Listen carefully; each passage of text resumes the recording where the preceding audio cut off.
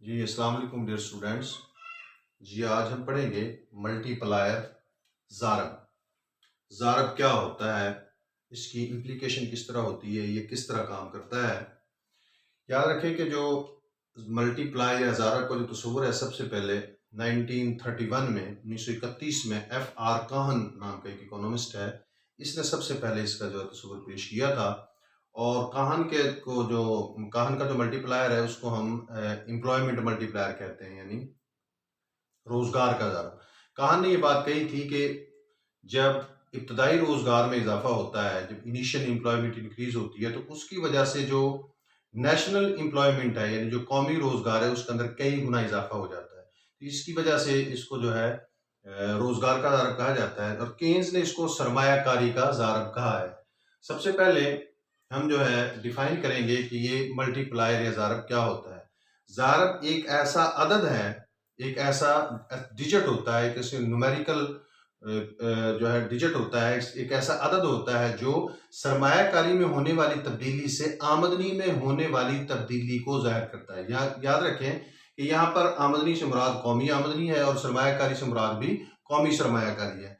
यानी जब सरमायाकारी में तब्दीली होती है तो उसकी वजह से कौमी आमदनी में कितनी तब्दीली होती है, ये उसको हम ज़ारब या मल्टीप्लायर कहते हैं। इसका जो रिलेशनशिप है, इसके मुताबिक y is a function of investment, यानी जो सरमाया कौमी आमदनी होती है वो सरमायाकारी का तफाउल बनती है, उसका फंक्शन बनती है। यानी जो सरमायाकारी है वो एक आज़ाद मुतगय्यर है और उसके मुकाबले में कौमी आमदनी एक ताबे मुतगय्यर है। जब सरमायाकारी में तब्दीली आती है, उसके उसकी उसके मुकाबले में कौमी आमदनी में कितनी तब्दीली आएगी, ये हमें के जो है यहाँ पे मल्टीप्लायर को जो है वो डिनोट करता है। तो के बराबर होता है delta y over delta I. इसी से हम जो है ज़ारब की जो डेफिनेशन है उसको हम जो है रीडिफाइन भी कर सकते हैं कि ज़ारब एक ऐसा अदद है जो सरमायाकारी में होने वाली तब्दीली से कौमी आमदनी में होने वाली तब्दीली को जाहिर करता है। अगर हमने इसका जो फार्मूला है वो कैलकुलेट करना हो, ज़ारब का जो फार्मूला होता है वो बराबर होता है k is equal to 1/1 minus MPC. 1/1 - MPC. MPC marginal propensity to consume या मुख्ततम मैलाने सरफ। जी, ये दो शोबी जो मईशत होती है उसमें ये कौमी आमदनी की मतवाजन सदा है। ये जो है चैप्टर नंबर 4 के अंदर ही हम इसको डिस्कस कर रहे हैं शुरू के अंदर। तो ये equilibrium level of national income है इन टू सेक्टर इकोनॉमी।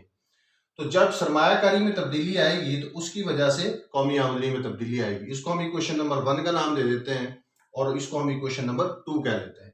अब इक्वेशन 2 में से हम इक्वेशन 1 को सब्ट्रैक्ट करेंगे। ये हमने इक्वेशन 2 को लिखा दोबारा और ये इक्वेशन 1 इसके नीचे लिख दी है। इसको जब हम माइनस करेंगे तो ये एलिमेंट्स y से कैंसिल हो जाएगा और ये वाली टर्म इसके साथ कैंसिल हो जाएगी।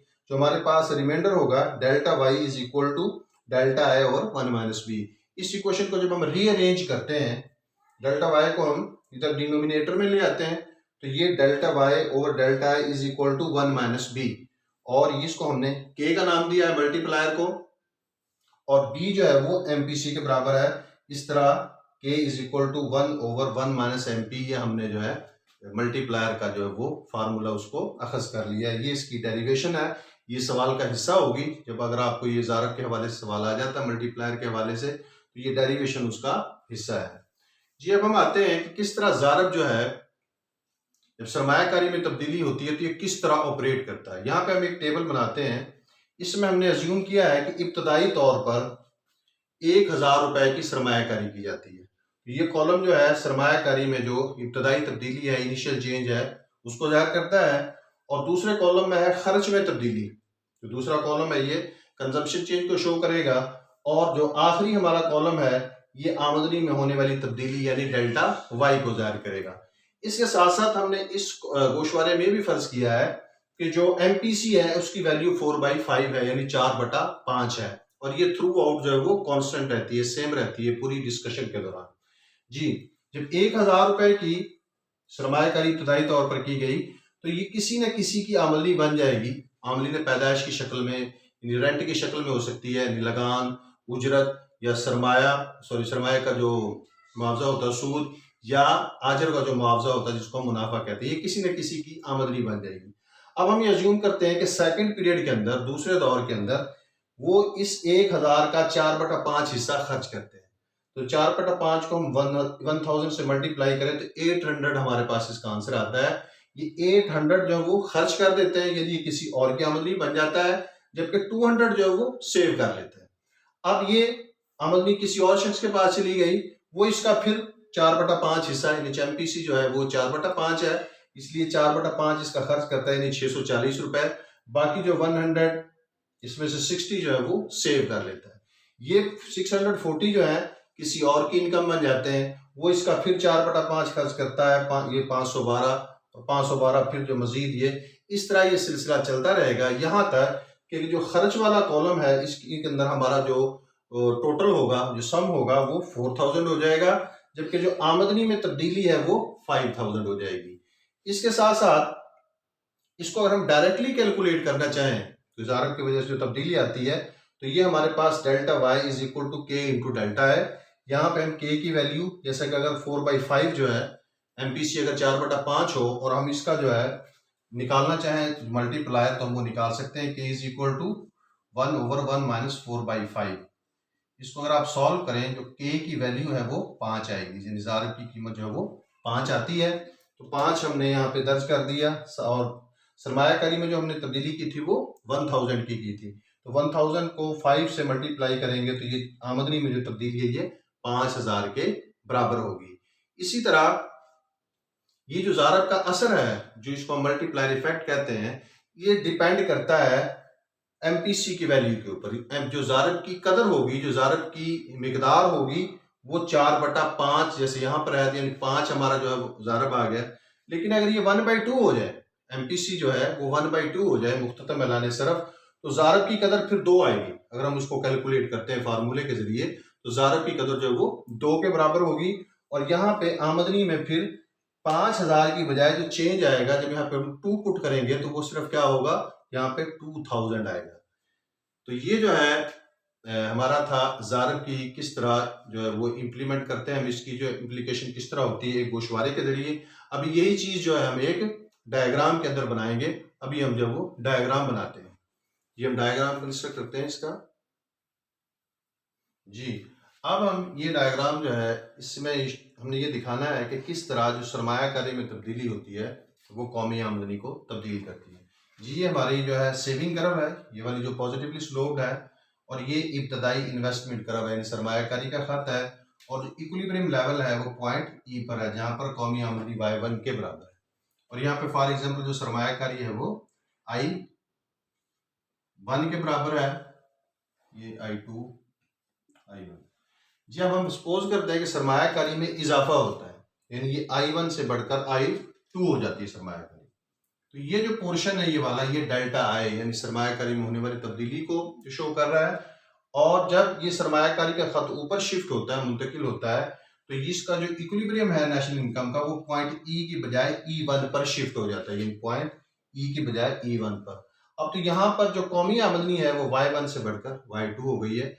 ये डेल्टा Y जो है ये कौमी आमदनी में तब्दीली को जाहिर करता है। एक बात याद रखें कि यहाँ पे हमने सरमायाकारी में इजाफा किया है, तो उसकी वजह से जो है वो कौमी आमदनी में भी इजाफा हो गया। लेकिन ये जरूरी नहीं है कि जो सरमायाकारी में इजाफा हो, हम ये सब जानते हैं कि सरमायाकारी में कमी भी हो सकती है। तो जब कमी होगी तो मल्टीप्लायर जो इफेक्ट है, जो ज़ारब का असर है, वो नेगेटिव होगा, यानी कौमी आमदनी में कमी का सबब बनेगा। वो हम इसी डायग्राम के जरिए वो उसको हम शो करते हैं जी। हमारे पास सेविंग कर्व है और ये इन्वेस्टमेंट कर्व है। सरमायाकारी का खत पॉइंट ई जो है इस पे इक्विलिब्रियम हो रहा है, और ये Y1 नेशनल इनकम है और I1 जो है वो इन्वेस्टमेंट है। अब फॉर एग्जांपल इन्वेस्टमेंट कम हो जाती है पहले से, ये डॉटेड लाइन में हमने जो कमी है सरमायाकारी में उसको शो किया है, ये I2 बन जाती है। तो अब जो इक्विलिब्रियम लेवल है वो इस पॉइंट पर आ गया, नीचे की तरफ E1 पर शिफ्ट हो गया। तो अब कौमी आमदनी की जो सतह है वो Y2 है, यानी ये कमी हो गई है कौमी आमदनी में, जिसको हम डेल्टा Y कह रहे हैं। और सरमायाकारी चूंकि कम हुई है I2, ये डेल्टा I को शो कर रहा है। तो जिस तरह मल्टीप्लायर जो है, जो ज़ारब है, कौमी आमदनी में इजाफे का सबब बनता है अगर सरमायाकारी में इजाफा होता है, तो इसी तरह इसके साथ साथ जो है जो ज़ारब है ये अगर सरमायाकारी में कमी आती है तो ये कौमी आमदनी को कम करने का भी सबब बनता है। जी, इसके बाद इस सवाल का एक हिस्सा रह गया है, यानी इसके मफरूज़ात और इसकी खामियां, उनको अभी हम जो है वो डिस्कस करते हैं। जी, अब हम इसके मफरूज़ात, जो ज़ारब का प्रोसेस है ये किन किन सूरतों में जारी रहता है, उसके लिए क्या क्या शराइत है, अब हम उनको डिस्कस करेंगे। जी, पहली शर्त जो है, पहला मफरूज़ा ज़ारब के जो प्रोसेस को जारी रखने के लिए कि जो नई सरमायाकारी करनी पड़ती है, यानी सरमायाकारी में इजाफा करना होगा, तभी जो प्रोसेस है, ये वाला जो प्रोसेस है delta y is equal to के इंटू डेल्टा है, जब हम सरमायाकारी में चेंज करेंगे तो फिर ये प्रोसेस शुरू होगा। तो पहली शर्त तो ये है। दूसरी शर्त या दूसरा मफरूज़ा कि जो MPC है, मुख्ततम मैलान सरफ, वो इस पूरे प्रोसेस के दौरान वो कांस्टेंट रहता है, उसके अंदर ना इजाफा होता है ना कमी होती है। वो जैसे हमने यहाँ पे 4/5 फर्ज किया अपनी डिस्कशन में, तो ये थॉरोली सेम रहेगा, इसमें कोई कमी नहीं आएगी। इसके अलावा एक और मफरूज़ा ये है ज़ारब का कि जो जिस मुल्क में हम ये अप्लाई कर रहे हैं, ज़ारब वाला जो प्रोसेस है, इसके बैरूनी दुनिया के साथ जो है वो तिजारती ताल्लुकात नहीं है, किसी तरह का कोई लेन देन नहीं है। दूसरे लफ्ज़ों में बैरूनी तिजारत जो है उसको एक्सक्लूड कर दिया गया है। इस तरह नंबर 4 पर यह भी फर्ज किया गया है इस ज़ारब के अंदर कि जब सरमायाकारी की जाती है तो उसकी वजह से जो इनडायरेक्ट इन्वेस्टमेंट है, यानी जो सरमायाकारी पर बिलवास्ता असर पड़ता है, उसको भी नज़रअंदाज किया गया है, उसको इग्नोर किया गया है, उसको शामिल नहीं किया गया। इसके अलावा एक और मफरूज़ा ये है कि जो मईशत है वो मुकम्मल रोजगार की सतह से नीचे काम कर रही है, फुल एम्प्लॉयमेंट पे अभी वो नहीं पहुंची। इसी तरह ये भी फर्ज किया गया है कि जो खर्च है, जो कंजम्पशन है, वो जो है करंट इनकम का तफाउल बनती है, इसमें पास्ट इनकम को और जो फ्यूचर इनकम है उसको शामिल नहीं किया गया। इसके अलावा एक मफरूज़ा ये है कि साथ जो ज़ारब का जो अमल है, जो प्रोसेस है, इसमें टाइम पीरियड जो है उसका तयन नहीं किया गया। जो ज़मानी वक्फे हैं, जो टाइम लैग्स हैं, उनको नज़रअंदाज कर दिया गया। जी, ये कुछ मफरूज़ात हैं। अगर हमने जो मल्टीप्लायर की थ्योरी है इसको सही कंसीडर करना है तो हमें इन मफरूज़ात को तस्लीम करना होगा। जी, इसी के साथ जो है हमारा ये वीलॉग जो है ज़ारब के हवाले से अपने इख्तिताम को पहुंचता है। इंशाअल्लाह नेक्स्ट वीलॉग में मुलाकात होगी। अल्लाह हाफ़िज़।